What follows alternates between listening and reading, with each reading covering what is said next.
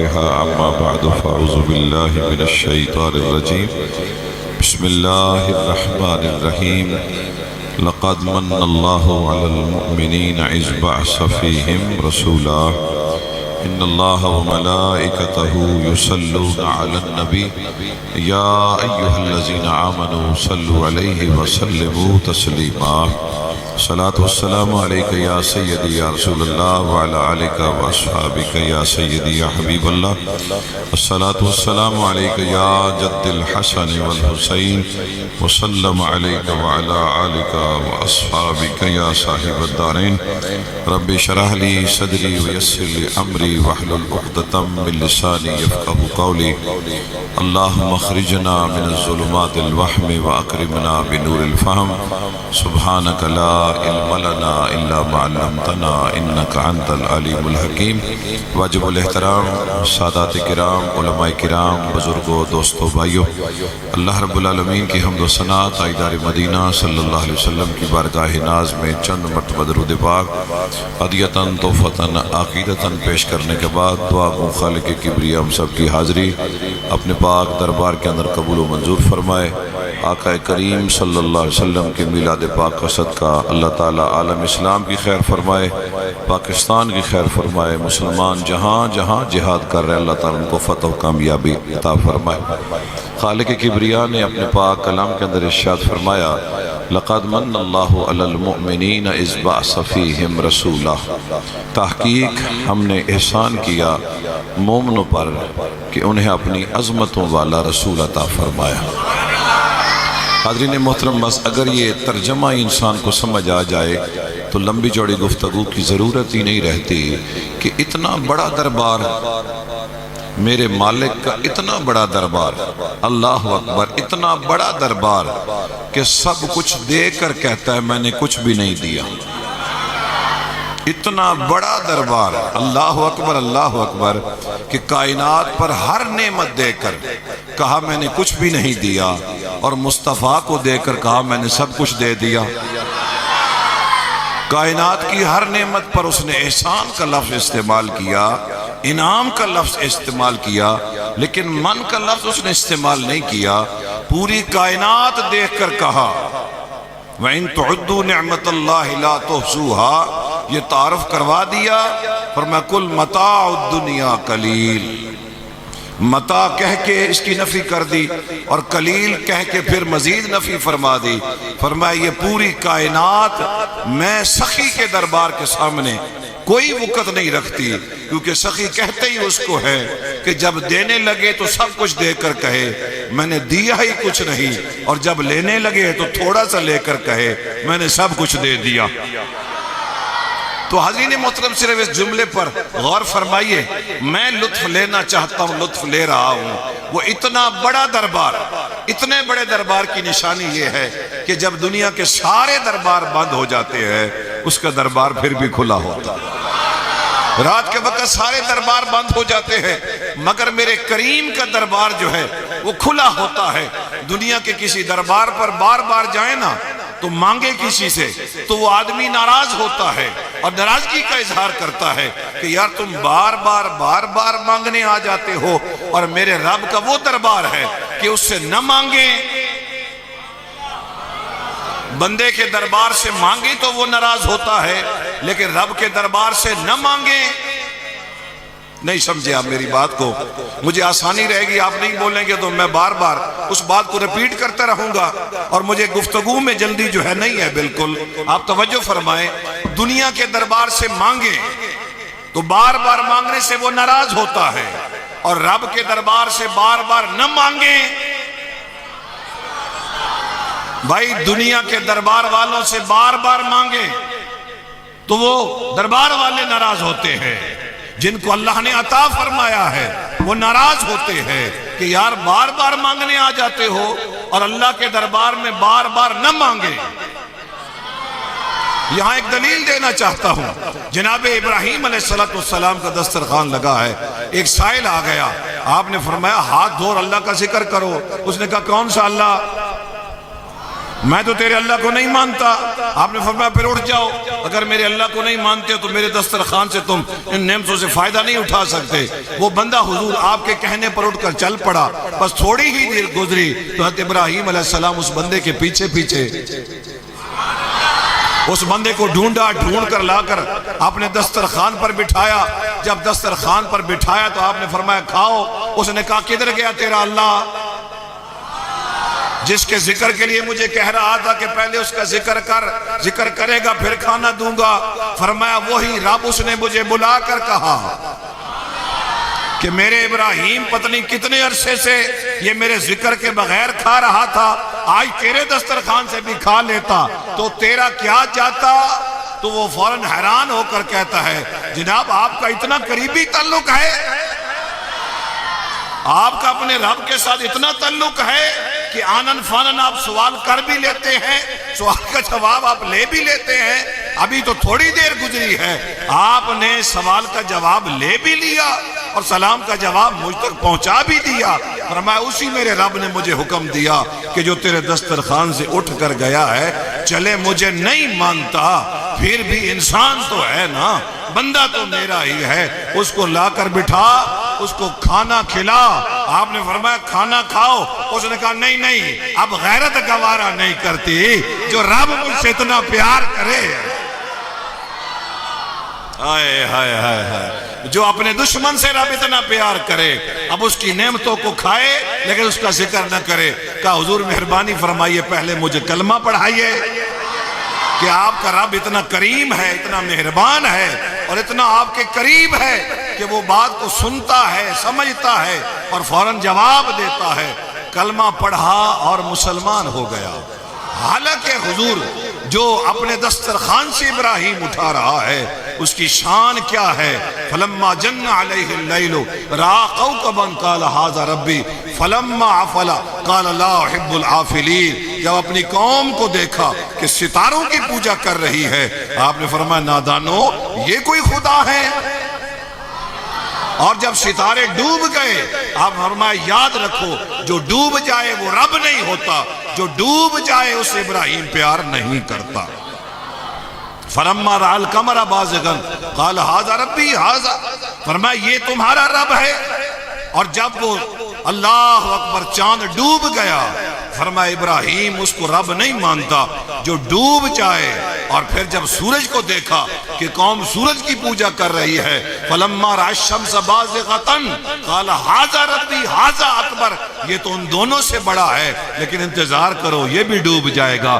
جو ڈوبے ہوئے کو ترائے وہ رب ہے اور جو ڈوب جائے وہ رب نہیں ہے۔ پھر قوم نے پوچھا کہ تیرے رب کی پہچان کیا ہے؟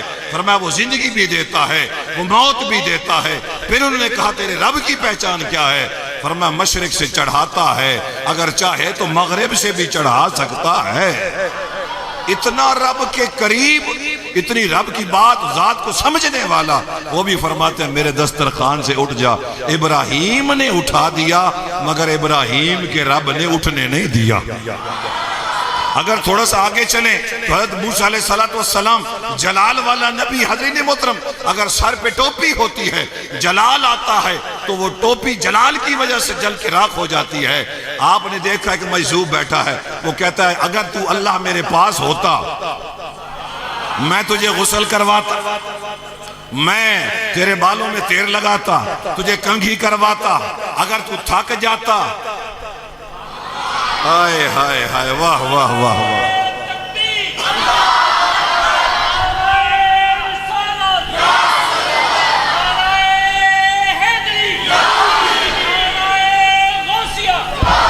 اگر تو تھک جاتا تو میں بڑے ادب کے ساتھ تیرے جسم، بھائی مجذوب تھا نا، وہ مجذوبانہ گفتگو کر رہا تھا، مالک تیرے وجود کو میں پھر دباتا، تجھے غسل کرواتا۔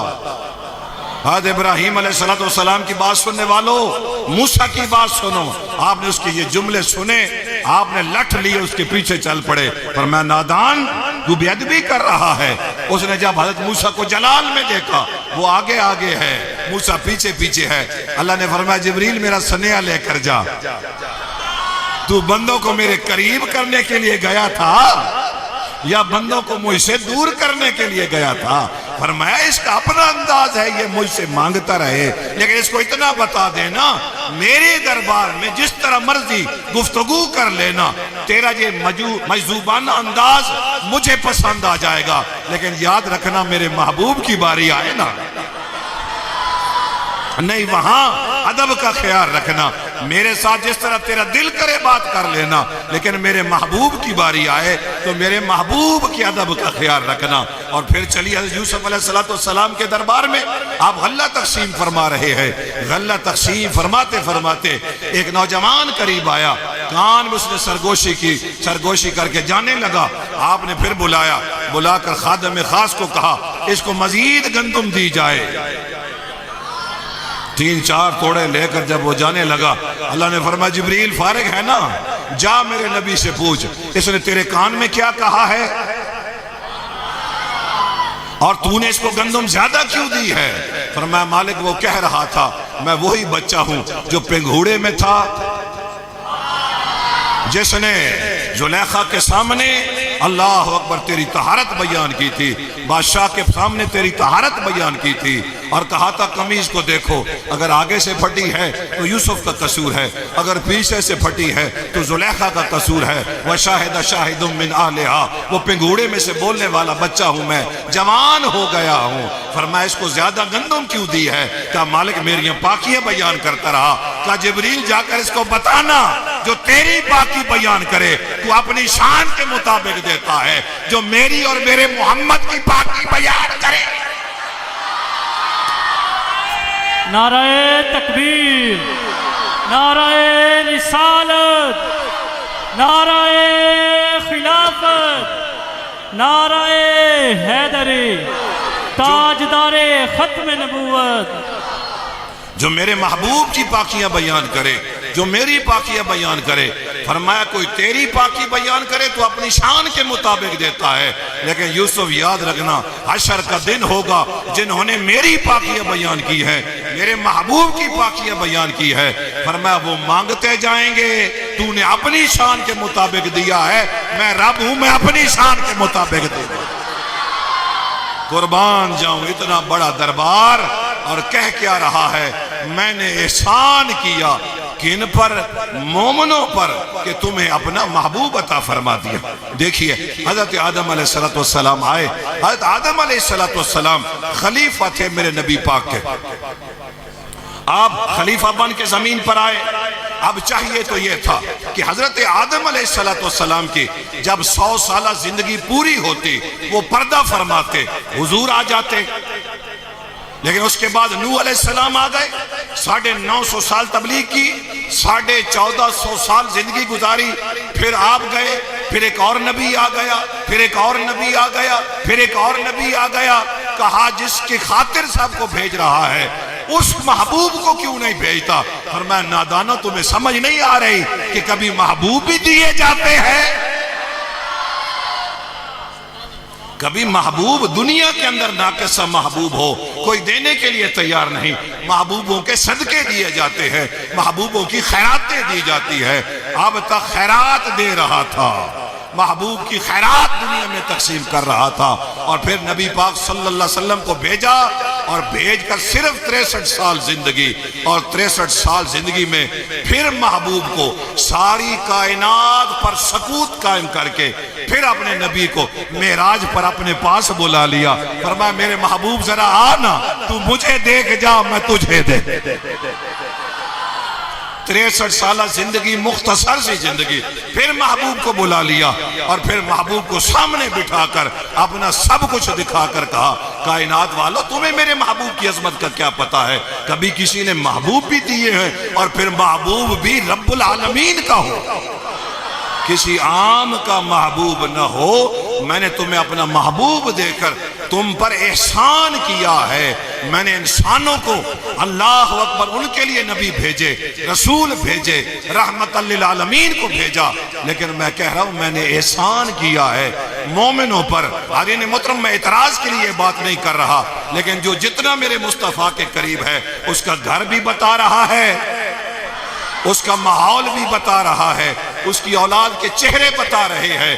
لوگ اپنے بچوں کی شادیوں پر نئے کپڑے پہناتے ہیں، نئے عمامے بناتے ہیں، لیکن جب حضور کا میلاد آتا ہے علماء نئے لباس پہنتے ہیں، نئے عمامے پہنتے ہیں کہ مصطفیٰ کریم صلی اللہ علیہ وسلم کے صدقے سے مومن کو عزت نصیب ہوئی ہے۔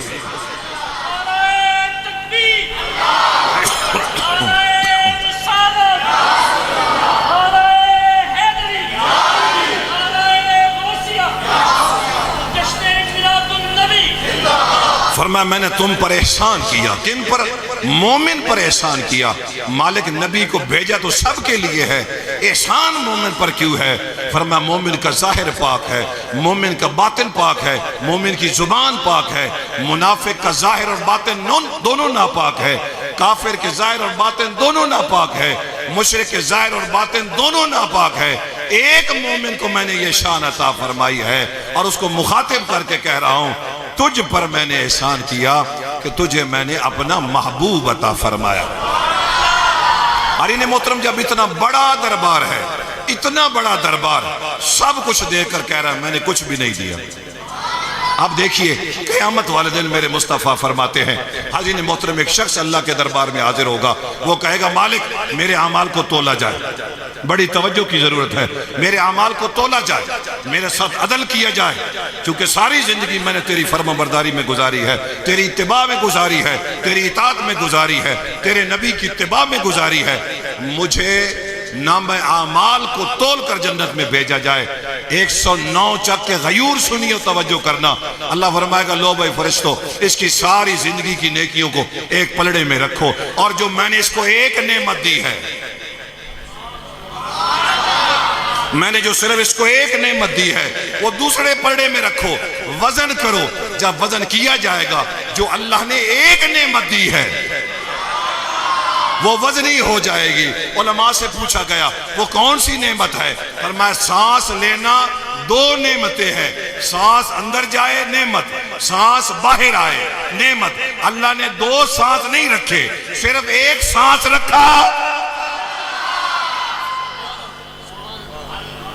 میرے نبی کے پاک غلاموں، صرف ایک سانس جو باہر آیا ہے اس کو اللہ نے ایک پلڑے میں رکھ کر کہا آ ذرا وزن کر، جو میں نے تجھے ایک نعمت دی ہے، مگر ساری نعمتیں دے کر کہتا ہے میں نے کچھ بھی نہیں دیا۔ کل متاع دنیا قلیل، یہ دنیا کی کوئی وقت نہیں ہے، ہاں اگر سمجھنا ہے سارا کچھ دے کر کہتا ہوں کچھ نہیں دیا، محبوب دے کر کہتا ہوں سب کچھ دے دیا، محبوب دے کر کہتا ہوں سب کچھ دے دیا۔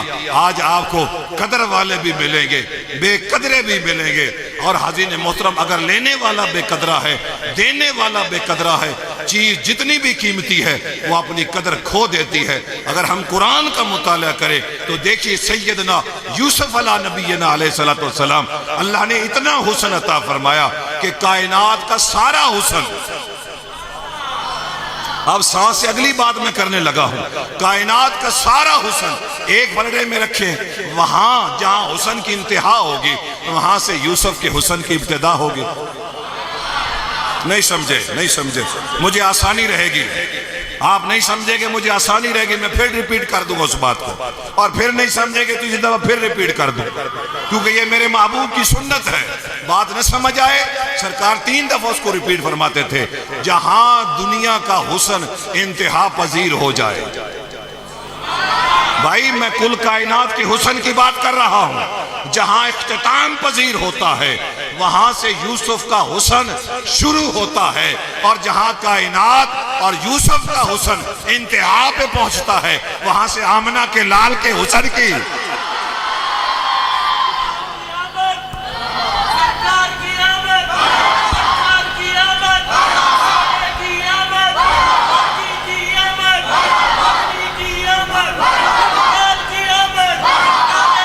بسم اللہ۔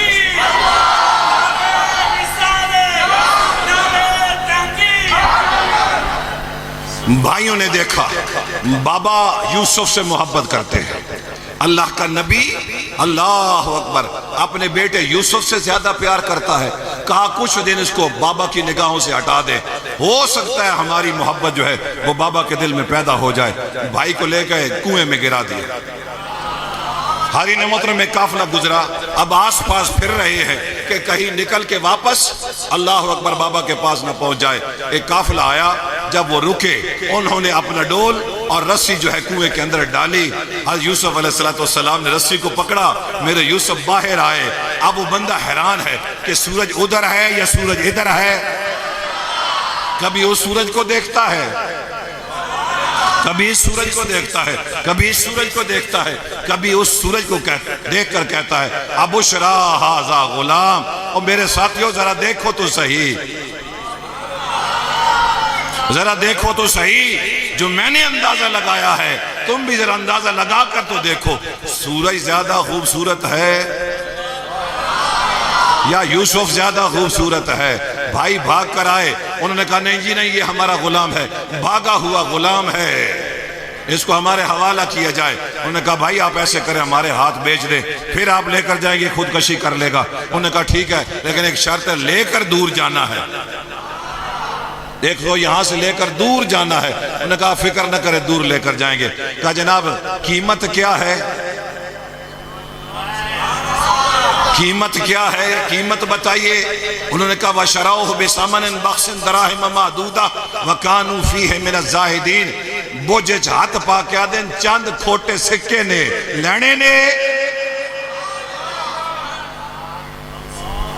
انہوں نے کہا چند کھوٹے سکے ہیں، مالک شان تیری سے قربان جاؤں، واقعی تیرا دربار بہت بڑا ہے۔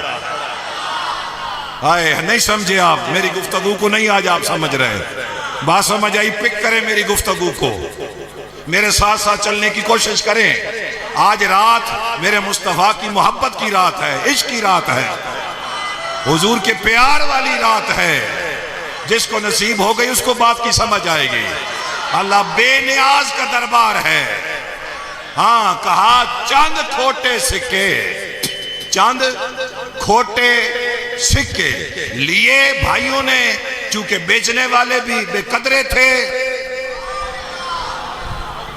اور لینے والے بھی بے قدرے تھے۔ یہاں میں رسول اللہ کی ایک حدیث کا سہارا لینا چاہتا ہوں، انشاءاللہ آپ کا ایمان تازہ ہوگا، اور پھر موضوع کی طرف آنا چاہتا ہوں۔ حاضرین محترم شام کی منڈی ہے، شام کی منڈی کے اندر ایک بندہ سودا خرید رہا ہے۔ سودا خریدنے کے بعد اس نے دیکھا ایک نحیف سا غلام ہے، اللہ اکبر، کمزور سا اس کا چہرہ ہے۔ کہا اس کی قیمت کتنی ہے؟ اس نے اتنی ناقص قیمت بتائی تو اس نے کہا چلے اس کو خرید لیتا ہوں، مدینے جا کر بیچ دوں گا، اچھا بک جائے گا۔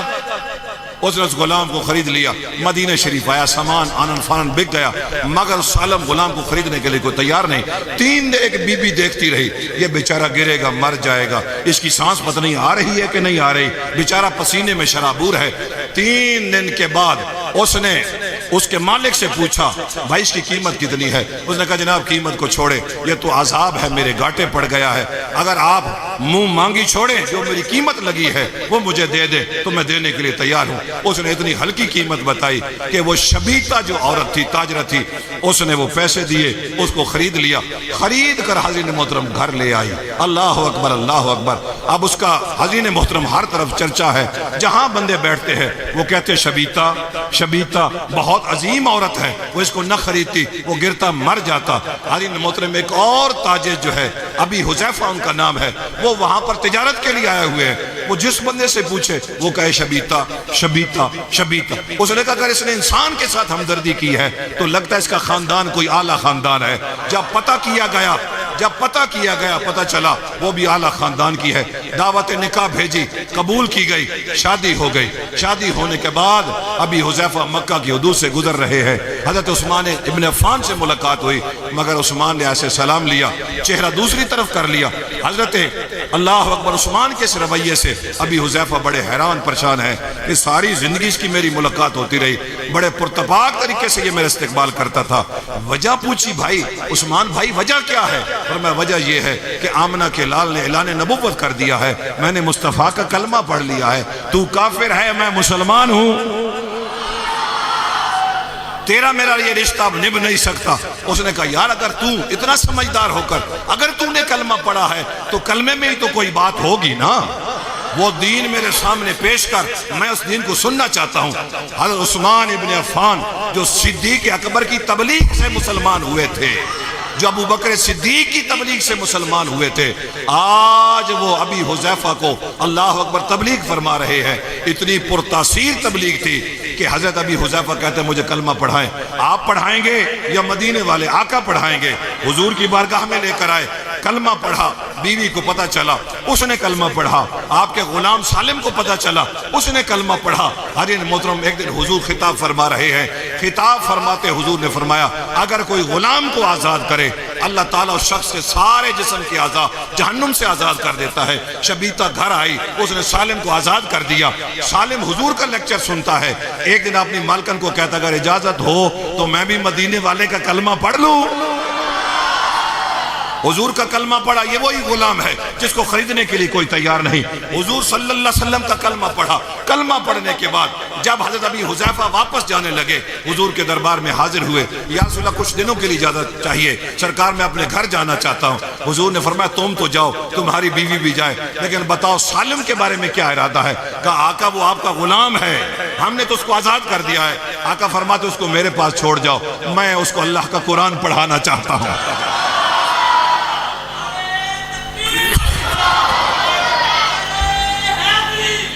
میں اسے اللہ کا قرآن، سلامت رہیں، آباد و شاد رہیں، میں رسول اللہ صلی اللہ علیہ وسلم فرماتے اس کو اللہ کا قرآن پڑھانا چاہتا ہوں۔ حارث محترم دوسری ہجرت ہوئی، پہلی حبشہ کی طرف، دوسری مدینہ کی طرف۔ جب ہجرت ہو رہی ہے صحابہ کا ایک گروہ جو ہے وہ قبا کے مقام پر پہنچا، نماز عصر کا وقت ہوا، سارے انتظار میں ہیں، بیچ میں امیر عمر بھی ہیں، عبداللہ ابن عمر بھی ہیں، جلیل القدر صحابہ بھی ہیں، امام کس کو بنائیں؟ بیچنے والے بے قدرے تھے، لینے والے بے قدرے تھے۔ صحابہ کہتے ہیں جس کو مصطفیٰ نے قرآن پڑھایا ہے، قربان جاؤں قربان جاؤں۔ حضرت ابی حذیفہ کا وہ آزاد کردہ غلام مصلی پہ کھڑا ہے، امامت کے فرائض سر انجام دے رہا ہے۔ میرے محبوب کریم ہجرت فرما کے مدینہ شریف آئے، ایک دن حضور کی محفل سجی ہے، حضور نے مخاطب کر کے فرمایا الحمدللہ الذی جعل فی امتی مثل ھذا، یا اللہ ساری تعریفیں تیری ہیں، میں تیرا شکر ادا کرتا ہوں کہ تو نے مجھے ایسا غلام عطا فرمایا۔ اللہ جوانی کو سلامت رکھے۔ ایسے حضور نے اشارہ فرمایا، نام نہیں لیا، کیونکہ حضور حسن حسین کا تعارف کرواتے ہیں۔ حضور فرماتے ہیں من احب ھذین، جو ان دونوں سے پیار کرے۔ اب صدیق سر اٹھاتا ہے، عمر سر اٹھاتا ہے، جناب علی سر اٹھاتے ہیں۔ حضور کا اشارہ کس طرف ہے؟ اگر حضور نام لے لیتے تو کسی کو سر اٹھانے کی ضرورت نہیں تھی۔ حضور فرما رہے ہیں یہ وہ چہرے ہیں جن سے میں بھی پیار کرتا ہوں، جن کو میں بھی دیکھتا ہوں، تم بھی ان کو دیکھا کرو۔ آج پھر حضور فرماتے ہیں الحمدللہ الذی جعل فی امتی مثل ھذا۔ آقا نام کیوں نہیں لیتے؟ فرمایا جس کو محمد نے خریدا ہے۔ آج میں کائنات کو بتانا چاہتا ہوں جس کو شام کی منڈی میں کوئی خریدنے کے لیے تیار نہیں تھا، لیکن مصطفیٰ نے خرید کر اتنا انمول کر دیا ہے کہ اب رب کے فرشتے بھی اس کی قسمت پہ ناز کر رہے ہیں۔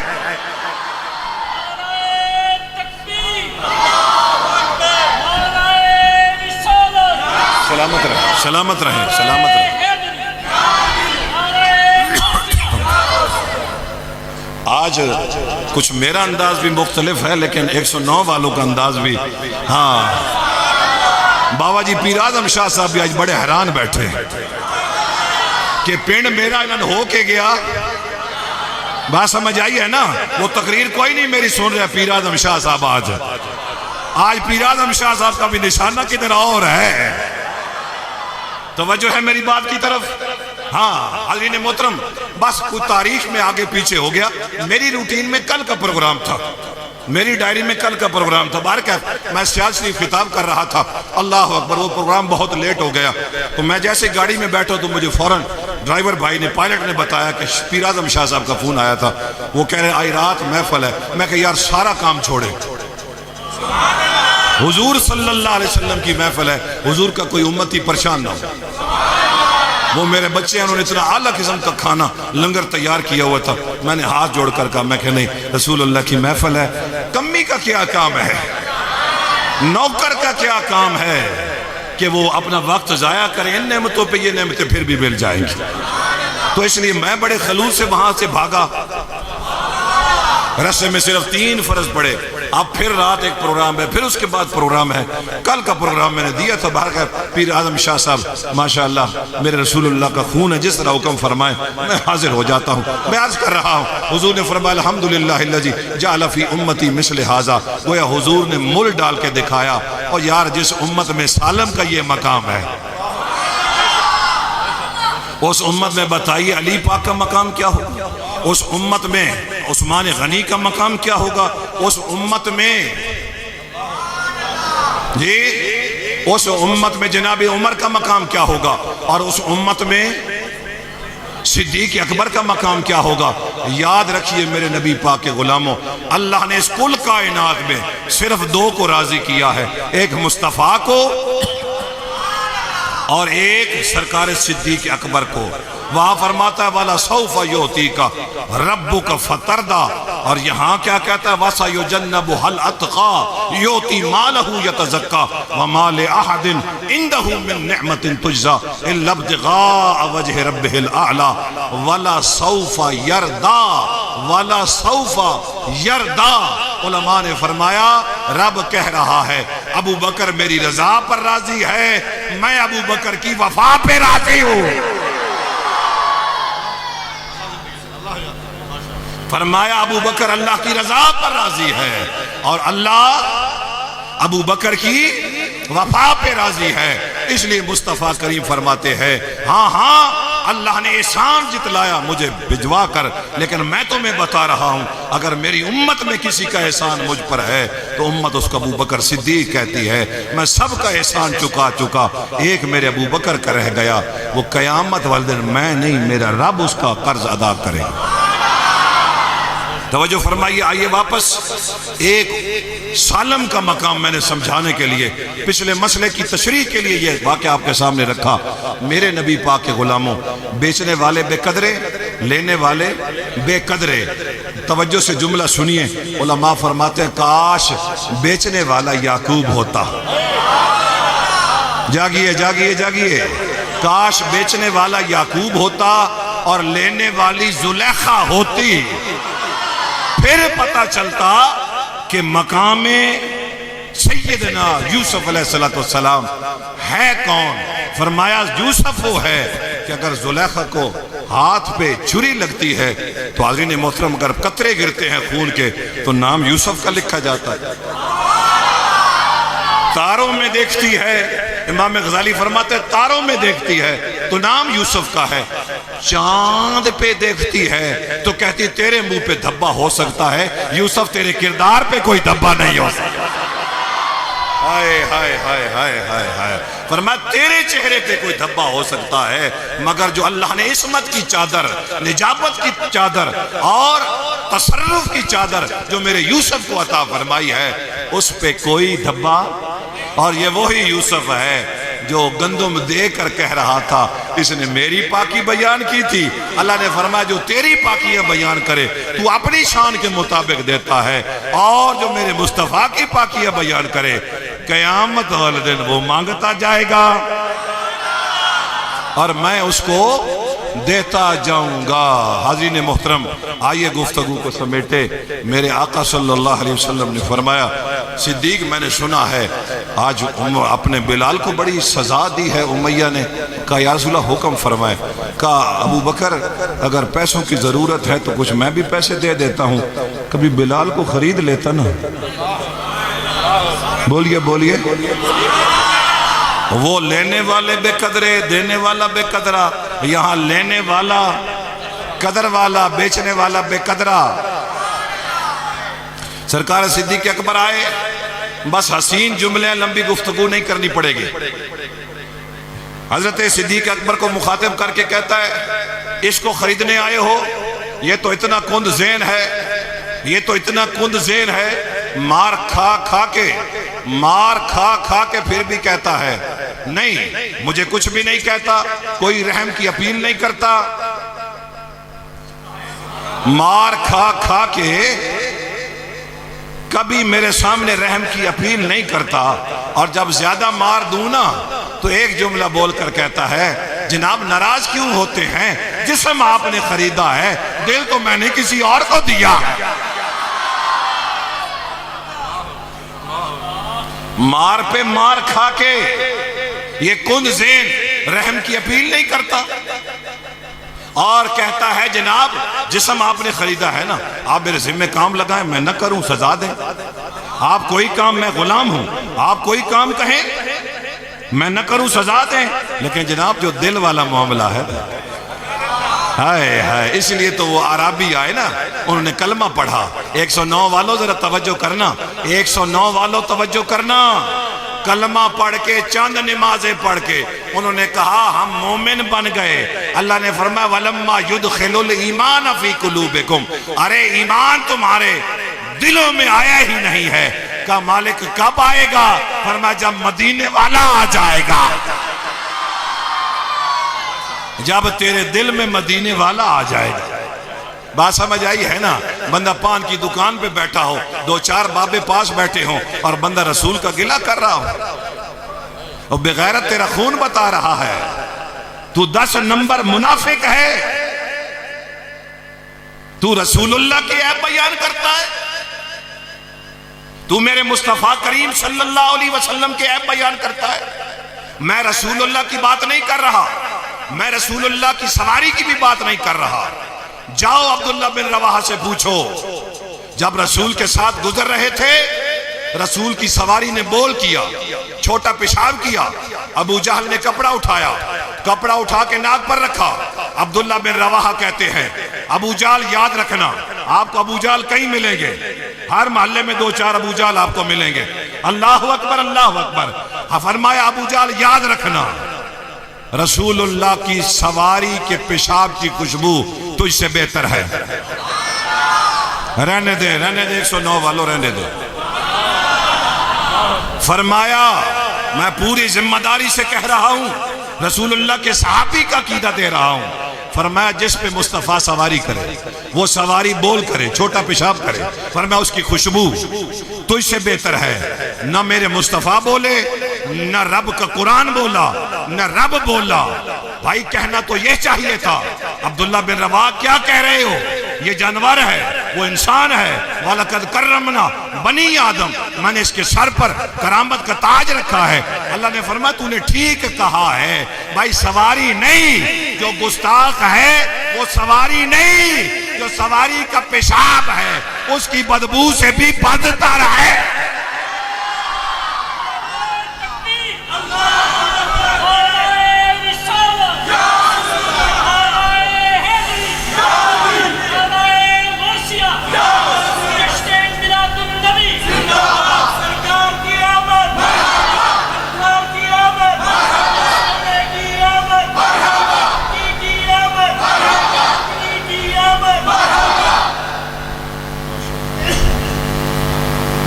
میرے رسول اللہ کے صحابی نے، اور یہ صحابی جا کر پوچھی علماء کرام سے، حضور نے فرمایا میرا جعفر طیار جنت میں اوپر اوپر اڑتا ہے، عبداللہ بن رواحہ نیچے نیچے اڑتا ہے۔ اللہ نے اس کو بھی پر دیے ہیں، اللہ نے اس کو بھی پر دیا۔ فرمایا آقا وہ اوپر کیوں اڑتا ہے، یہ نیچے کیوں اڑتا ہے؟ فرمایا وہ میرا خون بھی ہے، میرا صحابی بھی ہے، یہ صرف میرا صحابی ہے۔ گویا رب نے اس کے پیغام کو امت تک پہنچایا۔ کتنا خوبصورت عقیدہ ہے عبداللہ بن رواحہ کا، اور تو رشتہ داریاں مناتا ہے بد عقیدہ لوگوں سے، ان سے بیٹیاں لیتا ہے اور بیٹیاں دیتا ہے۔ جو رسول اللہ صلی اللہ علیہ وسلم کی سواری کی بے ادبی کرے، وہ فرمایا وہ گستاخ جو ہے وہ رسول اللہ کی سواری کی بول کی خوشبو سے بھی بدتر ہے۔ انسان تو ہے ہی نہیں نا، انسان ہوتا تو اللہ کے احسان کا احساس کرتا۔ اچھا میں عرض کر رہا تھا، اس نے کہا بھائی دل میں نے مدینے والے بادشاہ کو دیا ہے، جسم ہے تیرا، دے سزا جتنی دینی ہے، تو تھک جائے گا، تو تھک جائے گا۔ ابو بکر پاک فرماتے ہیں میں نے دیکھا تو حضرت بلال کے چہرے پہ رونق ہے۔ میں نے کہا بلال تیرے چہرے پہ تیرا مسکرانا، تیرا ہنسنا، حیرانگی کی بات، اتنی مار کھانے کے بعد مجھے مخاطب کر کے پتہ کیا کہتا ہے؟ حضرت سیدنا ابو بکر صدیق، آپ نے بازار میں دیکھا نہیں لوگ مٹی کے پیالے خریدتے ہیں اور اس کو ایسے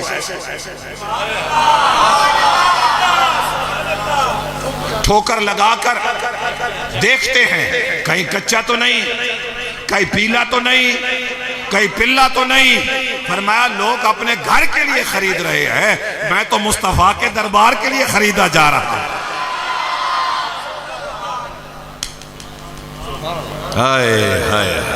جاؤ رسول اللہ کا مقام سیدنا بلال سے پوچھو، میرے آقا تاجدار مدینہ صلی اللہ علیہ وسلم کی عظمت. ان دو بھائیوں سے پوچھو کہ ایک کو جلتے ہوئے تیل کے اندر ڈال دیا گیا، ابلتے ہوئے تیل میں ڈال دیا گیا، اور بادشاہ کہتا ہے چلیں، دوسرے کی آنکھوں میں آنسو آ گئے ہیں، یہ تو جان دینے کے لیے تیار نہیں ہوگا، یہ تو میرے حکم پر عمل کرے گا، مذہب عیسائیت قبول کر لے گا.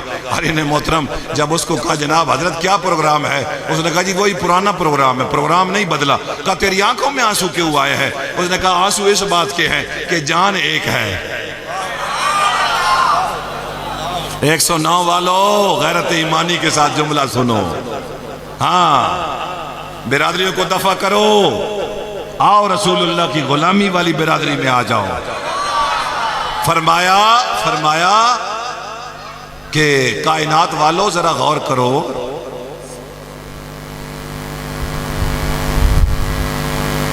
کہ میرے تاجدار مدینہ صلی اللہ علیہ وسلم کی غلامی کا اگر طریقہ پوچھنا ہے تو سیدنا بلال سے پوچھو، صدیق اکبر سے پوچھو.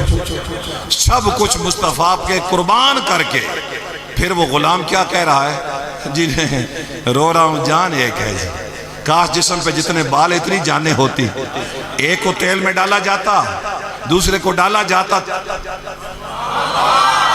ہاں تو تھک جاتا، مگر رسول اللہ کی عزت پر غلام اپنی جانیں قربان کرتے رہتے. تو تھک جاتا، رسول اللہ کے غلاموں کی جانیں نہ تکتی. پر میں رو اس لیے رہا ہوں جان صرف ایک ہے. بات مکمل ہو گئی. حضور صلی اللہ علیہ وسلم کا دربار لگا ہے. مجھے بعض خوبصورت چہرے نظر آ رہے ہیں، بڑے سمجھدار چہرے میں چہرے دیکھ رہا ہوں. جیسے آپ ایسے سمجھے جیسے ایک محلے میں ایک سمجھدار بندہ ہوتا ہے. بعض چہرے میں نے پہلی دفعہ دیکھے ہیں، تو میں عرض کرنا چاہتا ہوں اگر آپ کی توجہ میری طرف ہو. میرے رسول اللہ کا دربار لگا ہے.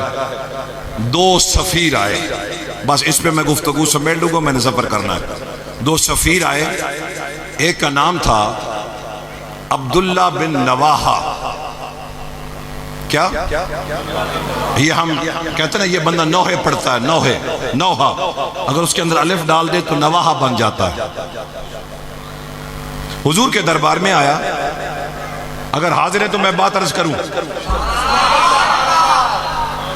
اس نے کہا میں مسلمہ قذاب کا ایلچی ہوں، اس نے مجھے سفیر بنا کر بھیجا. حضور نے فرمایا میرے بارے میں تیری کیا رائے ہے؟ میں اللہ کا رسول ہوں، میں اللہ کا رسول ہوں. اس نے کہا جی نہیں، آپ اللہ کے رسول نہیں ہیں، مسلمہ قذاب جو ہے وہ اللہ کا رسول ہے. حضور نبی کریم صلی اللہ علیہ وسلم نے فرمایا اگر تو سفیر نہ ہوتا میں تیرا ابھی سر قلم کروا دیتا. چونکہ ایک سفیر کے اللہ اکبر اس کا ایک پروٹوکول ہے، چونکہ تو کسی کا پیغام لے کر آیا ہے اس لیے اب میں تیرا سر قلم. عبداللہ ابن مسعود پاس بیٹھے، توجہ ہے، کہنے والا عبداللہ بن نواحہ ہے، سننے والا عبداللہ ابن مسعود. وہ بندہ چلا گیا، جان بخشی ہو گئی. آپ کی پوری توجہ ہو تو میں اگلا جملہ عرض کروں. عرصہ دراز کے بعد عبداللہ ابن مسعود گئے کوفہ. کوفہ سے گزرتے ہوئے آپ کو عبداللہ بن نواحہ نظر آ گیا. آپ نے تلوار نکالی، سر قلم کر دیا. میں نے کہا نا آپ کی توجہ ہو تو میں عرض کروں.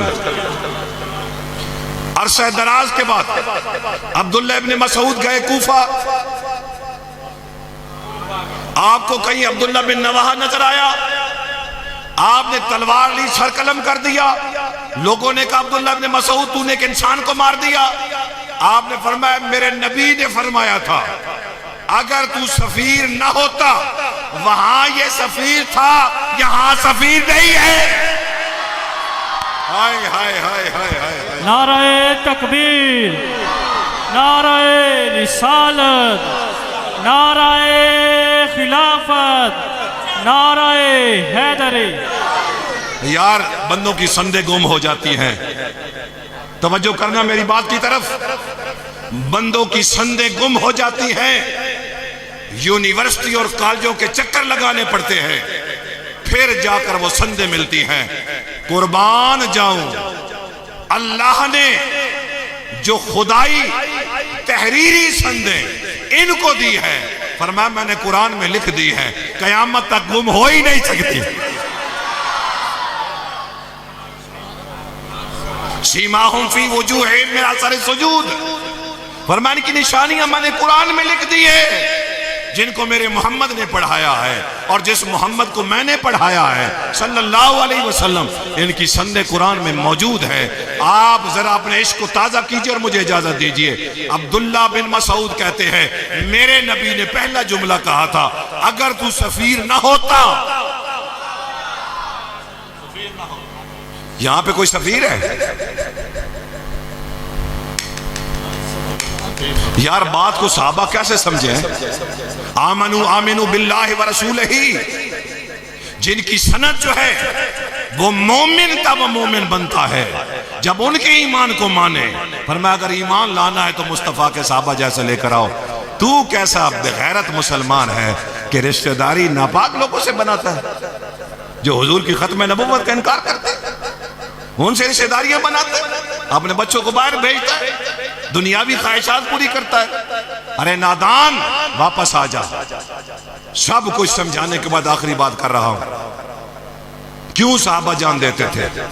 ارے نے محترم لوہار بیٹھا ہے دکان پر، ایک چھری تیز کر رہا ہے، ایک بندہ آیا، اس نے آ کر اس کانے کی تعریف کرنی شروع کر دی۔ میرا ایک نبی ہے بڑا پلیت، ہے بڑا گندا، ہے بڑا جاہل۔ یہ تو میں سمجھانے کے لیے کہہ رہا ہوں نا۔ اس نے اس کی تعریف کرنی شروع، وہ چھری تیز کر رہا تھا، جب چھری تیز ہو گئی اس نے کہا الٹی گنتی۔ اس نے کہا کیا؟ اس نے کہا جتنی تعریف کی ہے اتنی بدتعریفی کر۔ اس نے کہا نہ کروں۔ اس نے کہا پھر گردن جاتی ہے، میں تیرا سر قلم کر دوں گا۔ اس نے کہا معافی کوئی نہیں۔ اس نے کہا تو میرے مزاج کو سمجھتا ہے، میرے ڈیرے پہ کھڑے ہو کے، میری دکان پہ کھڑے ہو کر تو نے میرے محمد کریم کے گستاخ کا ذکر کیا، میں تجھے معاف نہیں کروں گا۔ وہ سمجھ گیا، آنکھیں سرخ ہو گئی لوہار کی۔ اللہ اکبر۔ اس نے کہا ہاں ہے تو بڑا پلیت، ہے تو بڑا گندا، ہے تو بڑا زانی، ہے تو بڑا شرابی، ہے تو ولد الزنا۔ اس نے کہا نہیں 10 منٹ کی ہے نا، آپ 10 منٹ بول۔ 10 منٹ ہو گئی گفتگو۔ اس نے کہا چھری پکڑ، یہ چھری میرے ہاتھ میں تھی، تو میرے ڈر سے گالیاں دے رہا تھا، چھری پکڑ، لیا رسی میرے ہاتھ میں ڈال، لیا بیڑیاں میرے پیر میں ڈال، تسلی سے مجھے باندھ، اور باندھنے کے بعد مجھے کہے میں اپنے نبی کے خلاف ایک جملہ کہوں۔ اس نے کہا چھری تیرے ہاتھ میں ہے، اگر میں ایک جملہ کہوں میرا سر قلم کر دینا۔ اس نے کہا تو کہنا کیا چاہتا ہے؟ اس نے کہا یاد رکھ جھوٹوں کے لیے جان دیتا کوئی نہیں اور سچوں سے جان بچاتا کوئی نہیں۔ جنہوں نے حاضرین محترم جانیں دی ہے نا، انہوں نے کچھ دیکھ کر جان دی ہے، ایسے جانے کوئی نہیں دیتا۔ بلال نے جان دی ہے تو اللہ نے بلال کو کچھ دکھایا ہے۔